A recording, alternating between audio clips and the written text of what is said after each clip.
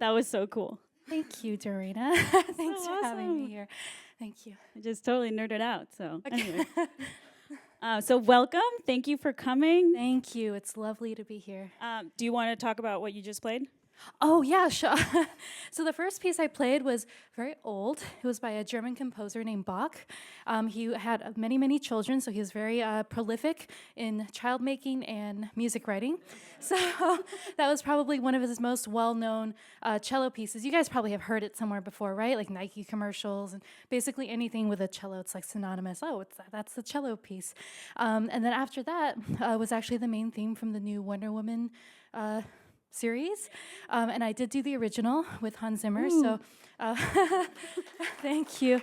So and it's very exciting that very soon we're going to start working on Wonder Woman 2, some music for that. So I'm very excited about that. Awesome. And that was it. Now I'm sitting here. Cool. Okay. Well, thank you. Well, I am a huge fan of Tina. I actually met her a couple years ago. I gave her my business card because I was like, I need to meet you. Like, it was like really creepy in like a stalkerish way. So I was like, hey, let me interview you.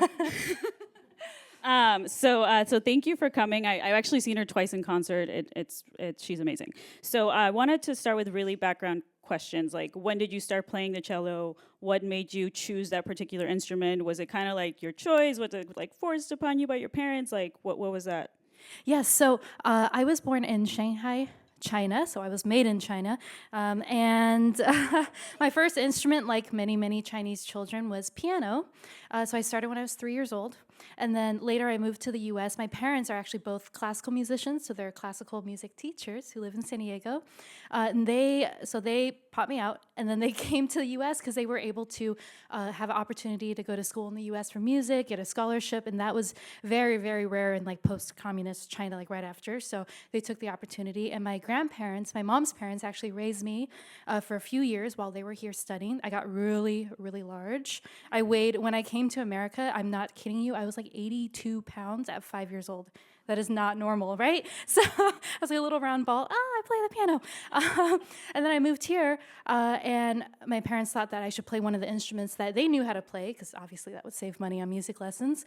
So I started on the violin. I was really bad. I played Twinkle Twinkle Little Star for, I'm not exaggerating, like 6 months.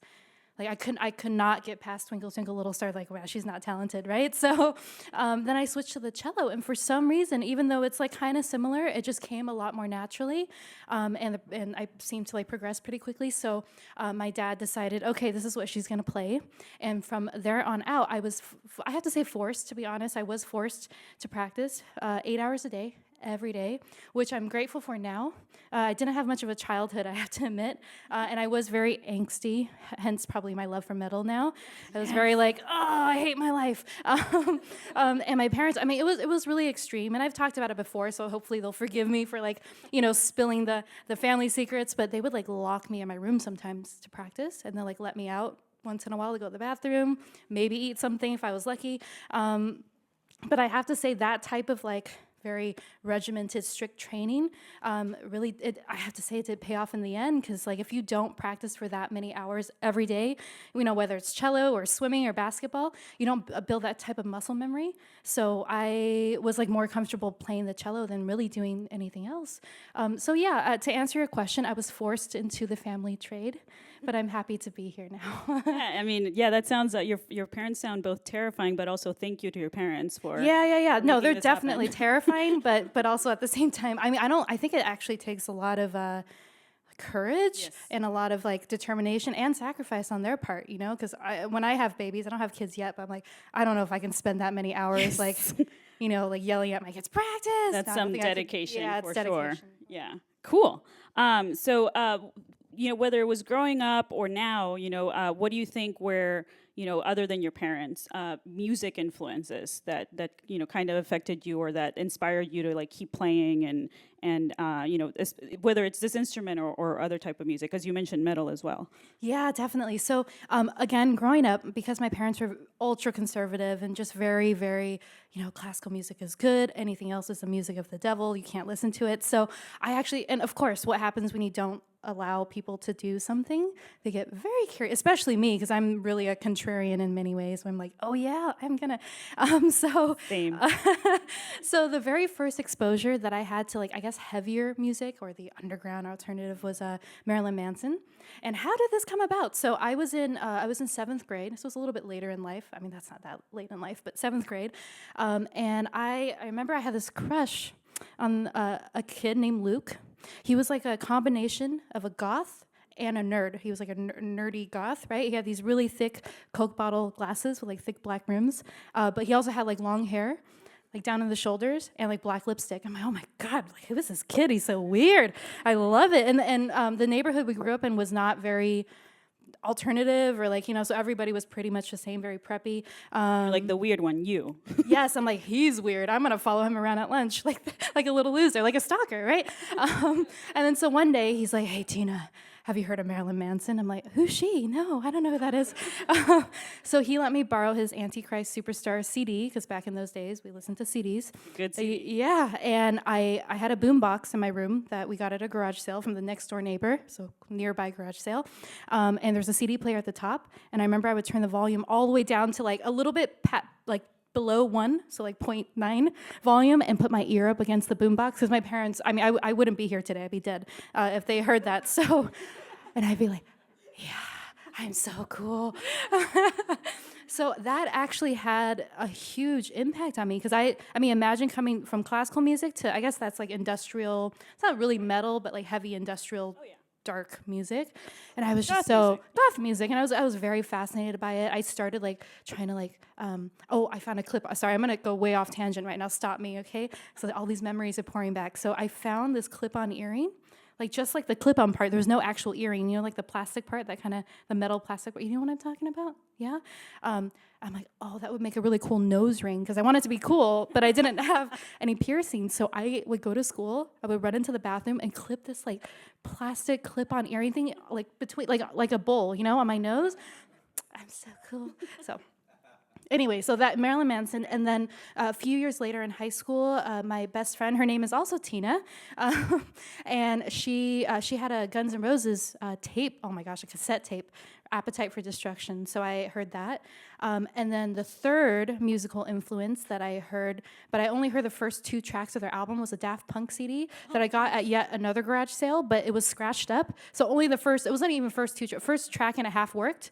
And so I would like listen to it for like a track and a half, and then it would like skip and then stop working. I rewind it and just keep listening to it. And that was my musical influence, that and classical music. That's so cool, and that actually makes sense. If you follow Tina's career, it makes sense because she's really all over the place in a good way. You know, she's not the typical cellist, you know, that you would go see at the Disney concert hall. You know, like she does all of this cool stuff. Like one of the concerts that I saw her at, she ended up playing Super Mario Brothers, the theme, and then all of a sudden went into like a heavy metal version of it. And I freaked out because I was like, "This is like, it's like she's dedicating this to me." Like it was so. It was cool. for you, just for you. Thank you. That's right. And it was really cool. So you know, like it's you have these. She has albums out, right? Like there's this one called Game On where you play video game music. So how did that come about, and how do you, as a musician, you know, because you do your own compositions and arrangements for when you're doing a cover and like, you know, putting your own spin on it, like how does that blend of metal and classical come about? Right. So this album that she's talking about, it was actually my first album. I finally got signed to like a major label, to Sony, almost 2 years ago. So Game On was the first label released album that I did. But actually previous to that, I self-released 9 albums by myself. So I self-funded it. I recorded it myself. Didn't know what I was doing, but I figured it out along the way. If you listen to like my oldest albums, it's like, whoa, that's like really bad, you know, and hopefully it gets a little bit better as I'm figuring out what to do. But I released albums that were fully classical. My parents were happy about that. And then I did some like super metal ones. There was one called Cello Metal, because that's just how creative I am, cello metal. And then, so when I got signed to Sony, it was weird timing because I had planned on doing a game music album. And since I moved to LA, I feel like everyone's in the entertainment industry in some way or another. So I started doing, when I came to college, as like a side gig to make money, amongst other things. I tried to sell Avon, etc. Wasn't very good at that. But I started doing session work, and slowly I built that up. And I ended up playing on a lot of video game, like in the actual soundtracks. So I had thought, oh, maybe I should do some versions of my own of the stuff that I've played on, or some of my favorite game music. And so when Sony signed me, they said, oh, we were thinking that maybe you could do like a video game music album. Like, no way, check out my spreadsheet, because I love Google spreadsheets. So I already had a spreadsheet of all the music I wanted to do, you know, the tracks. And so it was really one of those situations where it was like perfect timing. And so I just kind of picked some of my favorite music, some of the games that I did like play a little bit, and then some just like epic music that I love, like Final Fantasy VII. I mean, it's just like opulent music. So that's how it kind of came about. So cool. Do you have a favorite video game? It doesn't count. I don't know if it counts as a video game, but like what I'm playing right now, which is really bad. I don't know if you guys play Homescapes or Gardenscapes. No? You're like, what's that? It's like my mom plays it too. That's when you know it's bad. I was like telling my mom, oh, I found this thing like Gardenscapes. What? Me too. I play Gardenscape. I'm like, oh no, I'm like playing the same games as my mom. It's kind of like little matching games, and then you can like win points and like upgrade your garden. I know. Okay. Not metal. I would play it. Okay. I mean, probably. It's like on iPad and your iPhone and stuff. Cool. No, there you go. Now we have to check it out. Okay. Promoting Gardenscape. Oh no.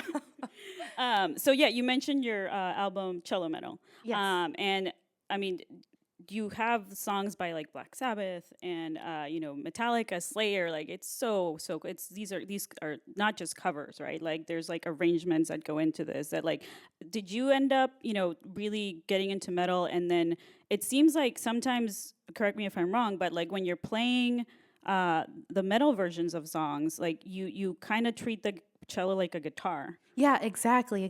So when I was listening to that Guns N' Roses Appetite for Destruction, Slash, I was like, oh my God, I want to be Slash. How do I become Slash? So I think basically what I did with the electric cello is just try to experiment with it. I use, guitar effects. This is a pedal board meant for a guitar player. But I thought it's close enough. It's kind of in the same range. And so, yeah, that's exactly what I try to do. And even with the Wonder Woman main theme, I sometimes, I would go on YouTube and look at, people just upload like the track and there's some comments like, oh, the guitar is cool. I'm like, it's not a guitar, it's cello. But at the same time, it's good because I want it to sound like a guitar player. So the fact that it's a little bit confusing is like both a good and a bad thing, So. Yeah, no, then that's true. It's actually, I because I'm a nerd, I've also corrected people because they'll be like, oh yeah, I love that little like guitar solo in Wonder Woman. I'm like, that is a cello. What are you talking about? So speaking of Wonder Woman, that is such a cool. That must be such a cool experience. Tell us about that. Like, what was it like to get involved? First of all, with one of my favorite composers of all time, which is Hans Zimmer. And then Junkie XL. That they made this really cool, iconic theme. What was it like, and how did that process come about to be involved in such an iconic movie? Right. So I think to backtrack, the way that I met Hans was actually through YouTube, and because my very, very first music video, I released it. Oh my gosh, like 10 years ago, I think. Yeah, I'm old. So no, I'm not that old, but 10 years ago. It's called Queen Bee, and it was my like metal version of Flight of the Bumblebee. I know it's been done before, but I was just starting. I wasn't very original. But anyway, so I did a metal cover, and he actually saw the music video because he spends a lot of time watching YouTube videos, like looking at musicians. And his office actually contacted me. And at the time, I was trying to become like a metal cellist. My life goal was to play with Rammstein, and like that's what. And I thought like, oh, if I like release this music video, maybe like metal bands will see the video and they'll be like, oh, she should like come play with us. So that was my entire purpose. But instead that somehow accidentally segued me into a career in soundtrack work. So now like the majority of my work here in LA, I work on, movie scores, TV scores, video game stuff.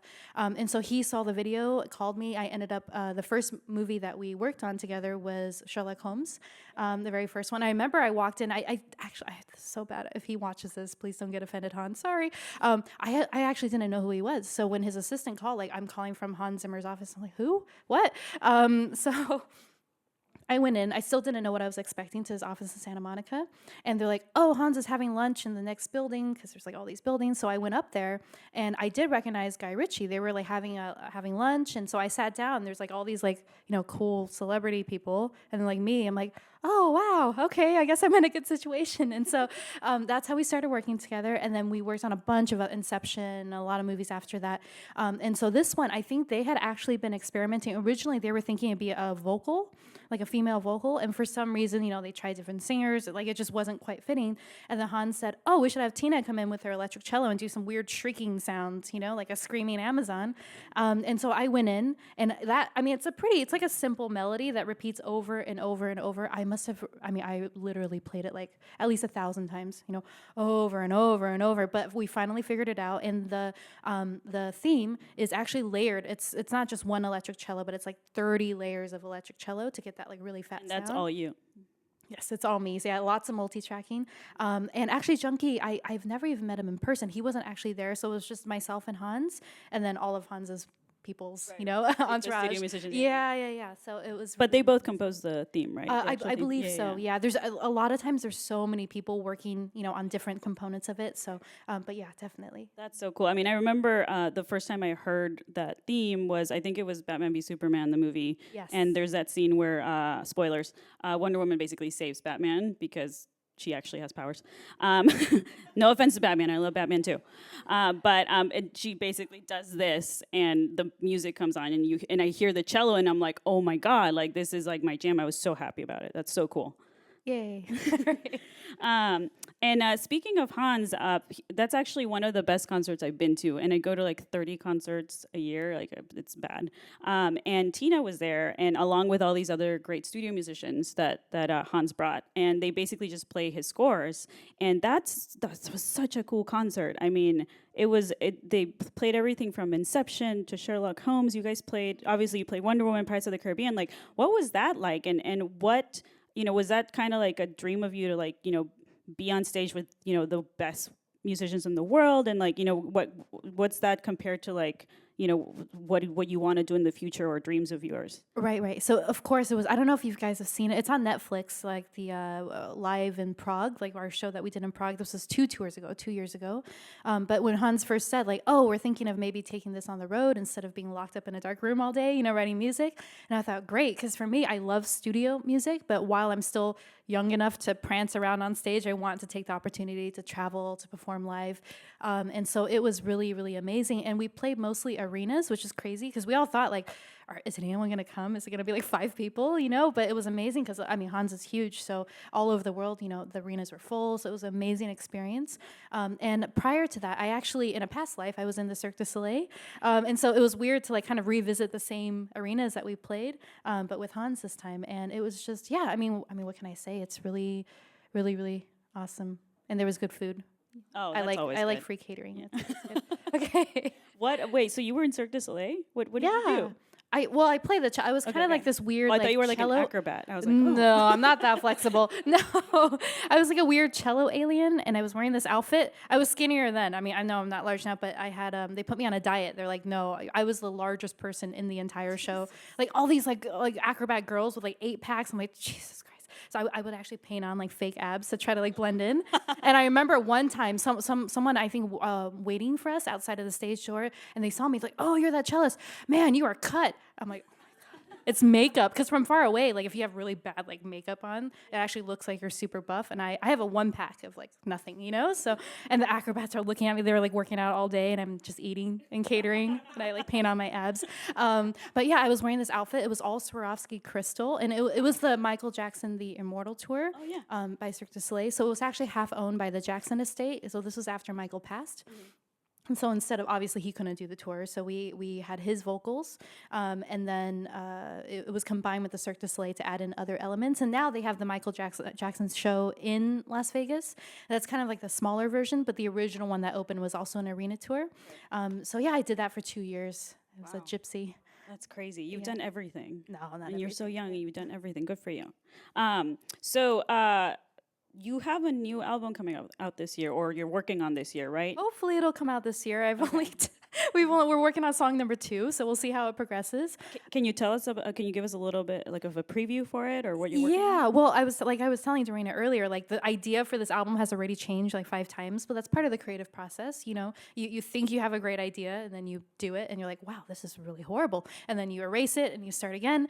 So I think we have the general theme now. We're taking, it's not really it's kind of a cover, but not really a cover, because I wanted to do original material, but being that I don't sing and it's instrumental music, it is difficult to have something to grasp. It's not radio friendly. It's not. So we thought, what if we took some classical pieces, but not an entire cover, where you just take a short segment, like rappers, they sample stuff that's recognizable, and then kind of like expand that and explode that into something original and different. So that's what we're working on. So it's kind of, I guess you would call it like classically based, cinematic, metal-y. Of course, there'll be some metal elements. Yay, just for you. And yeah, that's what we're working on. I'm hoping it'll come out around the same time as Wonder Woman 2. That's like our whole goal for the timing. Cool. Can you tell us anything about the Wonder Woman music, or no? No spoilers. Oh, sorry. Contracts, I know. Yeah. I got it.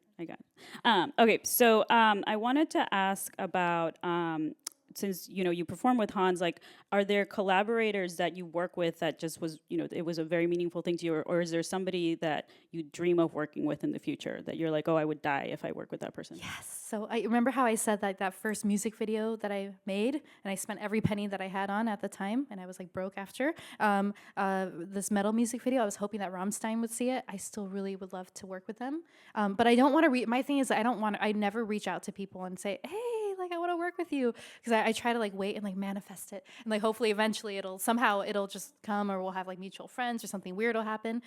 So my dream is that one day I'll be able to play with Rammstein. Hello, Rammstein. We'll send this to him. Okay. And then you were just at NAMM recently. Yes. And for those of you that don't know, if you could explain what that is. But also, did you have, Tina actually has an instrument line, like, because she does everything. So can you talk a little bit about that as well?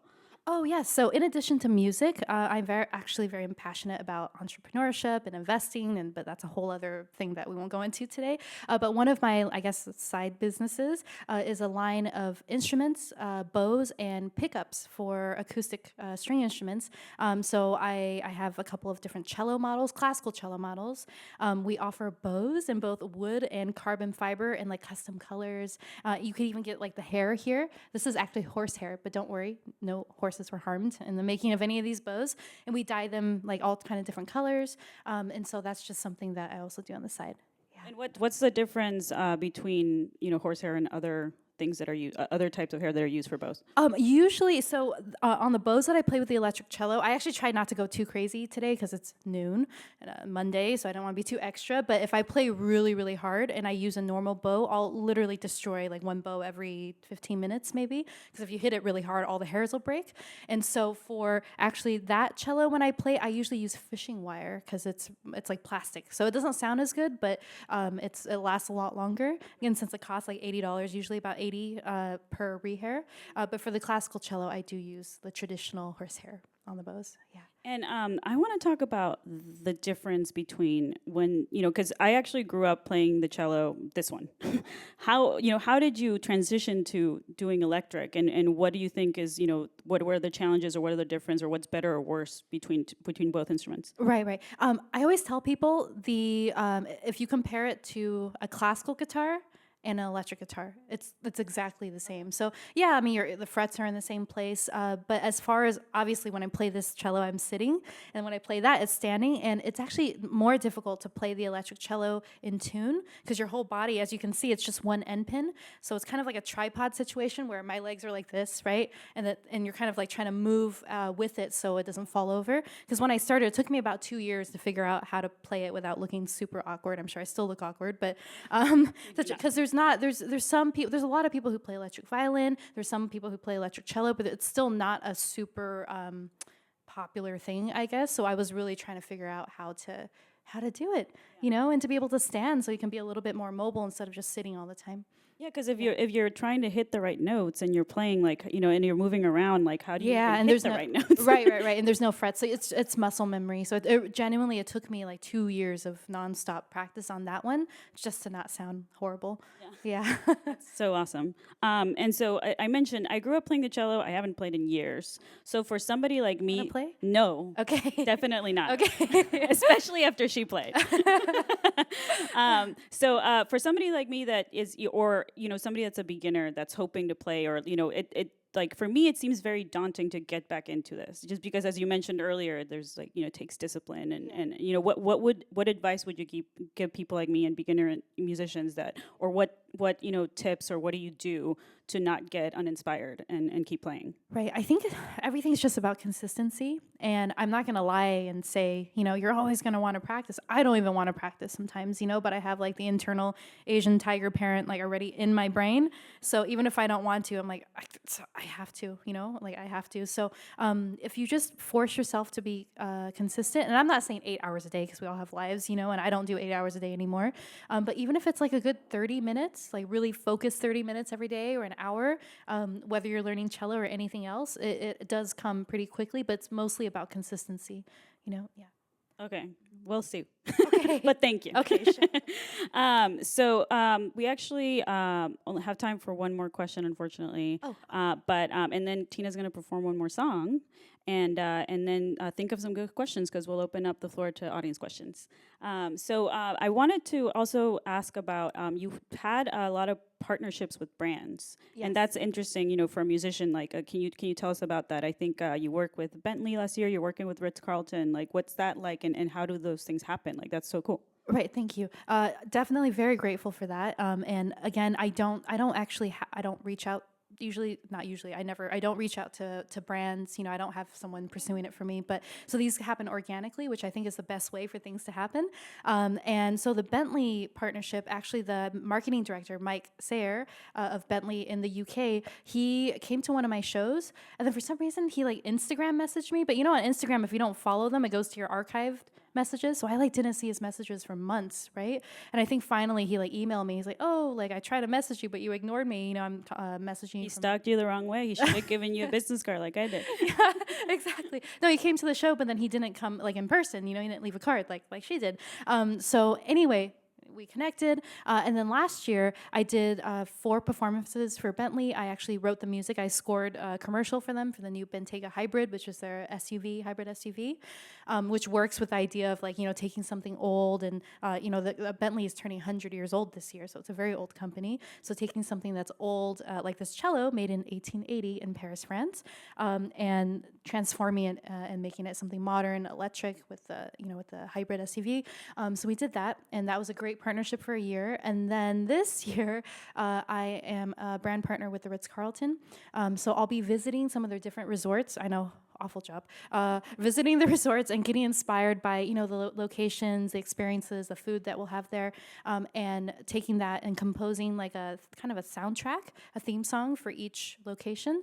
And so, yeah, and then playing a little bit, playing like a very short show at each one. So I don't know. I'm super excited about it. We have a meeting on Wednesday, you know, to plan the schedule for this year. Cool, man. That sounds like a nice part of the job. Yeah, definitely. I love to travel. I love to eat. I love to play music. So, oh, and my fiance Rambo gets to come too. Yeah. Yeah. Yay. Hopefully he doesn't get in trouble at work though. He's supposed to be at work right now too. Okay. All right. Hi. Hi. So first of all, thanks for coming out, and thanks for having us. Oh, of course. Thank you. That was wonderful. Thank you. I saw you're playing not just the cello, but also the erhu. Yes. And I was just wondering if you had some thoughts, like how they compare and contrast the spirit of the instrument. Right. So the erhu was that, the tall, thin Chinese thing. And it's made out of rosewood and snake skin. And I don't really know. I mean, there's a fingerboard, so it's kind of similar to a cello, but the strings are actually suspended in the air. I wish I brought one to show you guys. So you're not actually pressing against anything, so it's just a string. And it's, I don't know. I don't even know if I play it properly. I'm self-taught. So I bought one. Actually, wait, do we have time if I tell a really quick story about how I learned to play the erhu? Yes. So I was doing this concert with the Golden State Pops Orchestra, and they were doing a video game music concert. And I was already playing, I don't know if you guys played Journey. No? Yeah? So Austin Wintory. So I did the original, I played the cello soloist for that game. And so we were playing Journey. It's like, oh, Tina, since you're playing in the concert, you're going to be there already, and you're Chinese, do you play the Chinese erhu? Because all Chinese people play the erhu. But I thought, oh, like, what is it? They're like, yeah, we have this game, and it features the erhu. And I thought, wow, another opportunity to be featured on stage? Yeah, I want to do that. I could wear something Chinese. It'll be really fun. But I never played the erhu before. So I lied. I said, yeah, I could play the erhu, just if you could just send me the music ahead of time. So and there was still like 2 weeks till the concert, which is not that much time. And so I got off the phone, got on Craigslist. I was like searching erhu. There was no erhus for sale. So I finally found a store in Texas, in Austin, Texas, that had erhus with like overnight shipping. So I paid like $100 extra for shipping. It arrived. I practiced every night. I didn't sleep. I was like trying to learn. I was watching YouTube videos like how to play the erhu, and I think I kind of did okay. We used a lot of reverb in the concert, and it was pretty simple. It wasn't a super complicated part. Thankfully. So that's how I play the erhu. So when you ask me about the erhu, I really am not educated on actually what it's supposed to sound like. It sounds very ethnic, I guess, because the tonality is different. But it's still like continuous pitch and everything. So I guess you Yes. had faith in yourself because you knew like the principles. Yes, the principles, and you just kind of slide around. If you miss it, it's like I meant to do that. It's part of the Chineseness of it. It's like right, and it is it is very forgiving in that way. Yeah. Cool. Thank you. Okay. Next question. Hello. Do you have anything else you can say about working on Journey with Austin, and what you think about having such like evocative visuals to go with your music and those kinds of things? Yeah, so when we started working on Journey, it was so many years ago. I met Austin through USC at school, and we had no idea it was going to turn out to be such a success. It was the first video game ever nominated for Best Soundtrack for a Grammy. But when we did it, like he was still in his old studio, which was literally, it was just like a room. And we were both just slumming it, like trying to figure out what to do. And so we both had no idea that would turn out to be such a big, guess, a successful game. And yeah, I remember I just went into a studio a few times. We would like try out different ideas. Again, lots of reverb. And I saw some of the early visuals, but it was much later that it was actually placed into the game. So yeah, it was fun. It was great. And I still work with Austin, so it's good. Yeah, he just wrote to me, Instagram messaged me right before I got up here. So You don't have him blocked, fortunately. I don't what? You don't have him blocked. I don't have him blocked. No, no. Who's next? Over here. Oh, to your right. Thanks. The effects of the Wonder Woman soundtrack, I mean, I love Yes. that Oh, thank you. song.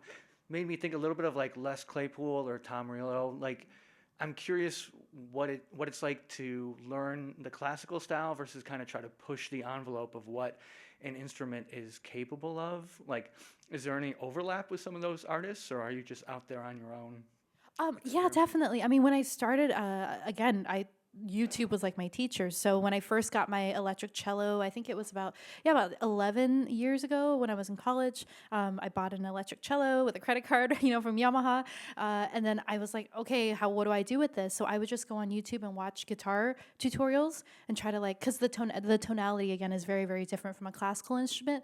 And then also being able to improvise, because most of us classical musicians are not taught to improvise. You play exactly what you're told to play and you play it the same way every time, right? So it was more of like a mental thing even rather than a physical, because once you wrap your head around, you can do whatever you want.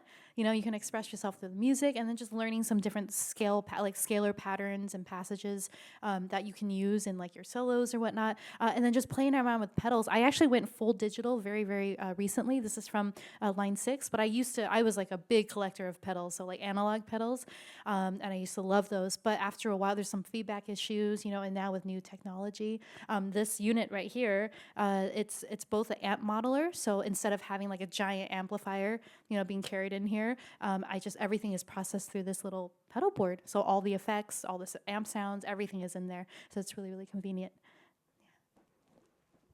Going off of that, is that basically your like piece of equipment you can't live without, or do you have something that you really, really love that you take everywhere with you? This is it now. Like before, when I did shows, oh my gosh, I had to hire like a company, because these amps are so heavy. And of course, I like to be melodramatic and have lots of like different amps. So they come in like with a big truck, unload everything, and then all my pedals and this and that. And now this little thing on the floor, you just put it in a backpack. I don't carry it. My fiance Rambo carries it, but still, it's easier. It's easier for it's easier for him, and he likes it too, right?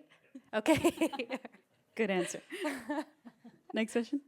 Hi, thanks very much for coming. Your music is amazing. Thank you. What you're talking about with what you've been doing with the electric cello reminds me a lot of, have you ever heard of Ronald Jenkins? No, He's a keyboardist. I've seen some of his videos on YouTube, but he has this one song that's called Guitar Sounds that he's using a keyboard. I actually thought the first time I heard it that it was just entirely electric guitar. Right. And I was so surprised when I learned that it was actually a keyboard. So it might be something interesting for you to look into, because he's doing something similar except with a keyboard that you do with the electric cello. And Yeah, definitely. yeah, it's really Awesome. cool. Ronald Jenkins, yeah. Got really it. cool. Thank you. Yeah. Thank you. Maybe you can play with him in Ramstein one day. Yeah, that'd be really cool. No, Concerts. Ramstein's mine. I'm not sharing. That'd be an amazing concert opportunity, but you don't reach out to him, so he would have to find you. Oh, No, I check other artists out and stuff, but it's usually for like people that like, I don't know what it is. I just feel like energetically, is that wrong? Should I be like, I just don't want to be one of those people like, oh, work with me, please. I'll play cello for you. There's a balance. There's a balance, I try to, it's more of like dangling the carrot. I think you could reach out to Ramstein, is all I'm saying. Yeah, but I'd be like so embarrassed and heartbroken if they said, no, thank you. But then 9. But then they're not cool. Okay. That's fine. I'll give it 5 more years and then, okay. Next question. So speaking of metal, what are you listening to recently? Not a lot of metal recently, I have to be honest. So recently I've been obsessed with financial YouTube videos. I have them on a playlist and I listen to them every morning if I'm putting on makeup. But as far as like metal, obviously Rammstein is like my big obsession. And I'm more into like when you mentioned earlier about my cello metal album, more of the classic old school metal. Like now I'm honestly, I haven't heard a lot of like new bands that I'm really, really into. Huh? Whitechapel. Yeah, the Whitechapel's cool, but like old school stuff, Black Sabbath, Metallica, and whatnot. But more industrial metal for sure. Yeah. It'd be so cool if you played with like there's these newer bands. I don't know if you were thinking about these, but like Behemoth and Sleep. Like there's just like more newer bands that I think would love. I'm gonna hook you guys up with them. Yeah. Okay. Yeah, it's gonna happen. Yeah. Next. Hi. Hello. So I'm a pianist and a huge gamer, and I remember reading on the bio intro that you also worked with League of Legends. I'm kind of curious how that went. Oh yeah, so I play. Oh my gosh, I forgot what year it was. I think it was 3 championships ago when it was in LA at the Staples Center. Yeah. Do you remember? I think it was a few years ago. They just reached out and said, "Would you want to play for the championship?" So we opened it. It was myself, Wes Borland from Limp Bizkit, and then the drummer from Comba Christ, who just left the band, and then Crystal Method, and an orchestra. So it was like this big, like not a mess. So it was an organized mess of just stuff, and yeah, it was a lot of fun. And my brother was my little brother, he's a huge League of Legends player, him and his wife, so they were like totally geeking out. And I remember they gave us a gift bag, and there's this like stuffed like animal thing and then they're like, oh my God, can I have it? I'm like, sure, you can have it. So they were happy about it. I think they were more excited than I was, So. You also have a God of War music video coming out, right? Actually, yeah, it came out, I believe, last month. So yeah, I did a cover of the God of War. I try to play the game. I'm not very good at it, but Hard. It's good, but it's hard. It's really hard. Oh my goodness. But yes, the video is out on YouTube now. It's really cool. You guys check it out. Thank you. Anyone? Got time for one more question? It smells good in here. Is that curry? Is that it? We good? Okay. Well, Thank you guys. Well, you guys, can you tell people where they can find you on the internets? Yeah, so Tina Guo, Guo. If you just go to tinaguo.com, that is my website, and there's links to everything. I'm on, the usual Facebook, Instagram, Twitter, YouTube. I don't need to tell you guys, so if you just Google it, you can write to me. Okay. So Google her. Right. Yeah. But thank you so much for coming. That was so awesome. Thank you. So much. Thank you.